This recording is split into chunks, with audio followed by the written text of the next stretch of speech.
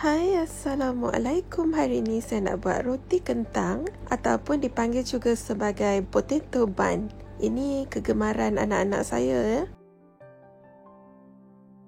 Mula-mula sekali ambil kentang dan kupas kulitnya. Masa ni kita belum timbang lagi ya. Kena kupas dulu kulitnya, cuci bersih dan potongkan. Kemudian barulah kita timbang. Kita akan gunakan sebanyak 120 gram. Tapi jika lebih 1 atau 2 gram tu tak apa, tak jadi masalah. Macam di sini saya timbang dapat 122 gram ya. Masukkan air ke dalam periuk, didihkan air dan kita akan rebus kentang sehingga empuk.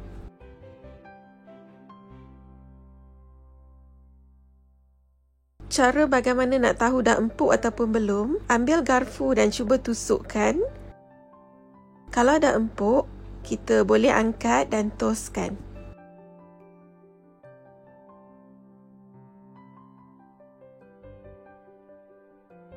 Kentang ni kita akan lecek sehingga halus. Waktu ni dia masih dalam keadaan yang panas ya. Kita tak gunakan lagi dalam keadaan yang panas ni. Ketepikan dulu dan biarkan sejuk. Sementara tu, kita akan sediakan topping custard. Saya gunakan susu cair atau boleh gunakan susu segar pun bersama dengan gula pasir dan juga tepung custard. Ni tepung custard saya beli yang repack dari kedai bakery ya. Kacau sebati dalam api yang perlahan sehingga menjadi pekat. Jangan gunakan api yang kuat ya, takut hangus. Bila mulai pekat dan nampak seperti berbuih kecil seperti ni dan nampak seperti meletus, bolehlah matikan api.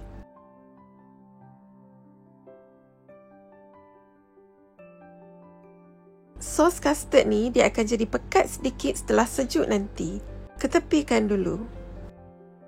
Seterusnya, kita akan greasekan loyang. Di sini saya gunakan loyang 10x10 inci sebanyak 2 loyang. Sebab saya nak buat 2 adunan, boleh greasekan dengan menggunakan sama ada shortening ataupun margarine. Untuk menguli roti hari ni, saya akan gunakan mixer KitchenAid. Kalau nak gunakan bread maker pun boleh. Mula-mula masukkan dulu garam. Tujuan saya masukkan garam awal ni sebab tak nak dia dekat dengan yeast, yang boleh menyebabkan yeast mati. Kemudian saya gunakan tepung high protein ataupun dipanggil tepung roti. Saya beli repack dari kedai bakery ya. Kalau anda nak gunakan tepung gandum, nanti baca tipsnya dalam description box di bawah. Susu tepung, boleh gunakan sebarang jenama. Gula pasir, kalau nak gunakan gula kasta pun boleh, tapi saya biasa gunakan gula pasir. Kentang yang kita lecekkan tadi, waktu ni kentang telah pun sejuk. Dan ini yeast yang saya biasa gunakan, yeast segera. Sebab jenis segera, kita tak perlu bancuh dulu dengan air suam. Gunakan salah satu daripada jenama tadi. Sukat, jadikan 2 sudu kecil metrik. Masukkan ke dalam adunan. Masukkan telur, sama ada grade A ataupun B, gunakan sebanyak 2 biji. Untuk menguli roti, saya akan gunakan campuran ice cube bersama dengan air sejuk dari peti ais. Tujuannya supaya dough kita tidak menjadi panas sewaktu kita sedang uli dan juga supaya teksturnya menjadi lebih gebu. Pasangkan hook pada mixer dan kita akan mula menguli dengan menggunakan speed yang paling perlahan selama 5 minit. Macam di sini saya gunakan speed 1 ya.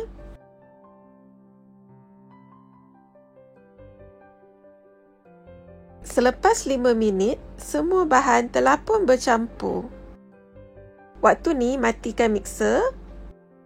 Barulah kita akan masukkan margarin. Kita tak gunakan mentega ataupun butter ya. Sebab penggunaan margarin boleh membuatkan dough kita lebih kukuh. Boleh gunakan sebarang jenis margarin, apa-apa jenama pun tak apa. Sambung lagi menguli. Saya gunakan speed antara 5 hingga 6 ya. Dan saya akan uli selama 20 minit. Ada yang tanya hari tu, boleh tak kalau nak uli gunakan tangan? Ya, boleh.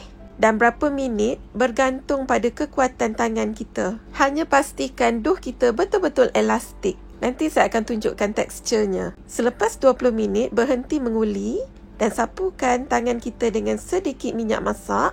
kita akan lihat keadaan tekstur dough kita. Tak kira sama ada anda menguli gunakan bread maker, ulian tangan ataupun mixer, pastikan anda dapat tekstur yang begini. Dough yang telah cantik, bila kita tarik, dia akan jadi elastik dan jadi nipis yang tidak putus seperti yang saya tunjukkan di sini. Ini tips untuk mendapatkan roti yang gebu dan kekal lembut walaupun telah sejuk. Tapi sekiranya masih tak dapat tekstur yang begini, anda kena teruskan lagi menguli sehingga mendapat dough yang betul-betul elastik. Keluarkan dough daripada mixing bowl. Waktu ni kita tak perlu perap lagi ya. Saya akan perap sekali je nanti. Terus bahagikan dough. Di sini saya bahagikan kepada 32 bahagian dan setiap satu beratnya antara 32 hingga 35 gram. Saya nak buat 2 loyang, jadi 32 biji. Yang berwarna pink ni namanya dough mat. Boleh beli di kedai bakery. Sapukan dengan sedikit minyak masak dan ambil dough yang kita bahagikan tadi. Kita akan buat rounding. Tujuan kita buat rounding ni supaya permukaan roti kita nanti licin, cantik dan lebih kemas. Ini cara saya buat rounding ya. Kalau anda baru nak mencuba buat roti, kena selalu praktis untuk mendapat hasil yang baik. Dough yang telah pun siap kita roundingkan tu, kita akan susun di atas tray yang telah pun kita greasekan. Tray ni saya dah sebutkan tadi, saiz 10 inci. Kalau nak gunakan saiz 9 inci pun boleh. Susunkan sebanyak 16 biji bagi setiap loyang. Kemudian, saya akan tutupkan dengan cling wrap. Ataupun kalau tak ada, boleh gunakan tudung periuk yang besar ataupun boleh gunakan tuala untuk mengelakkan dough kita dari menjadi kering bila terkena dengan angin. Sekarang kita akan perapkan dough kita. Masa bergantung pada cuaca, antara 45 minit dan kadang-kadang boleh menjadi sejam lebih kalau cuaca sejuk. Selepas dough kita dah naik begini, saya akan spray permukaan atasnya dengan menggunakan air biasa. Ada orang sapu dengan susu, dengan telur dan sebagainya. Tapi sebab saya selalu buat roti, saya nak gunakan kaedah yang paling senang. Terpulang pada cita rasa kita, sembuhkan dengan air biasa pun dah cukup.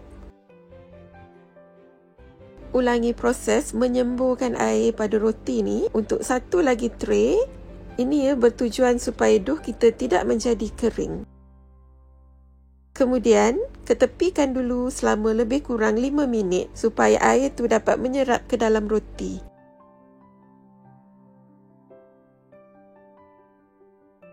Sementara menunggu tu, topping custard ni pun dah sejuk. Kita akan masukkan ke dalam piping bag.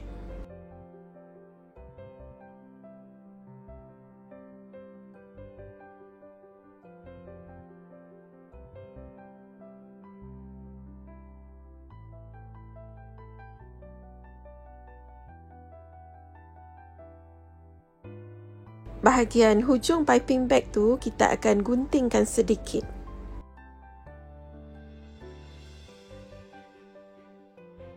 Buka plastik cling wrap dan pipekan topping custard di atas roti. Terpulang cara macam mana yang kita nak pipekan. Nak pipe bentuk bulat ke ataupun memanjang macam saya buat di sini. Dan kalau nak pipe lebih pun boleh. Macam di sini saya buatkan 2 jaluran sahaja. Kalau topping ni tak habis digunakan, boleh simpan dalam peti sejuk. Pada bahagian chiller, dia boleh tahan sehingga hampir 2 minggu. Ulangi proses yang sama untuk satu lagi loyang roti. Tak perlu perap lagi ya. Panaskan ketuhar selama 10 minit dan bakarlah roti sehingga masak. Saya gunakan suhu tinggi ya. Api atas dan bawah, tak perlu onkan kipas. Ini bergantung pada kapasiti ketuhar masing-masing. Bila masa membakar tamat, keluarkan roti dan dalam keadaan yang masih panas, terus sapukan dengan margarin pada permukaan atas roti supaya roti kita tidak menjadi kering dan supaya lebih nampak cantik berkilat begini.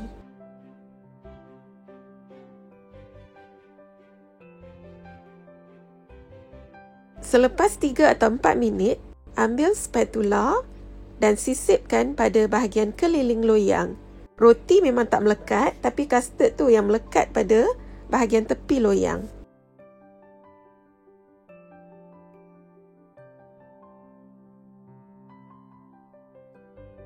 Keluarkan roti daripada loyang dan terbalikkan di atas redai.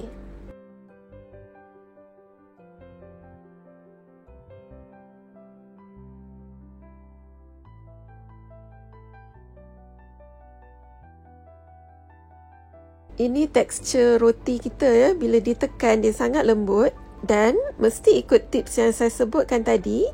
Uli sehingga dough menjadi elastik yang ditarik tidak putus, barulah dapat menghasilkan roti yang lembut begini. Walaupun setelah sejuk, walaupun selepas 2 hari, dia masih kekal lembut. Tapi biasanya kalau di rumah saya, masuk hari kedua tu dah habis dah dimakan. Bagi yang tak habis makan, boleh simpan dalam bekas kedap udara. Roti ni lembut seperti kapas walaupun tanpa penggunaan bread improver ataupun bread softener. Selamat mencuba semua. Kalau tak berjaya, jangan putus asa. Cuba lagi. Siap.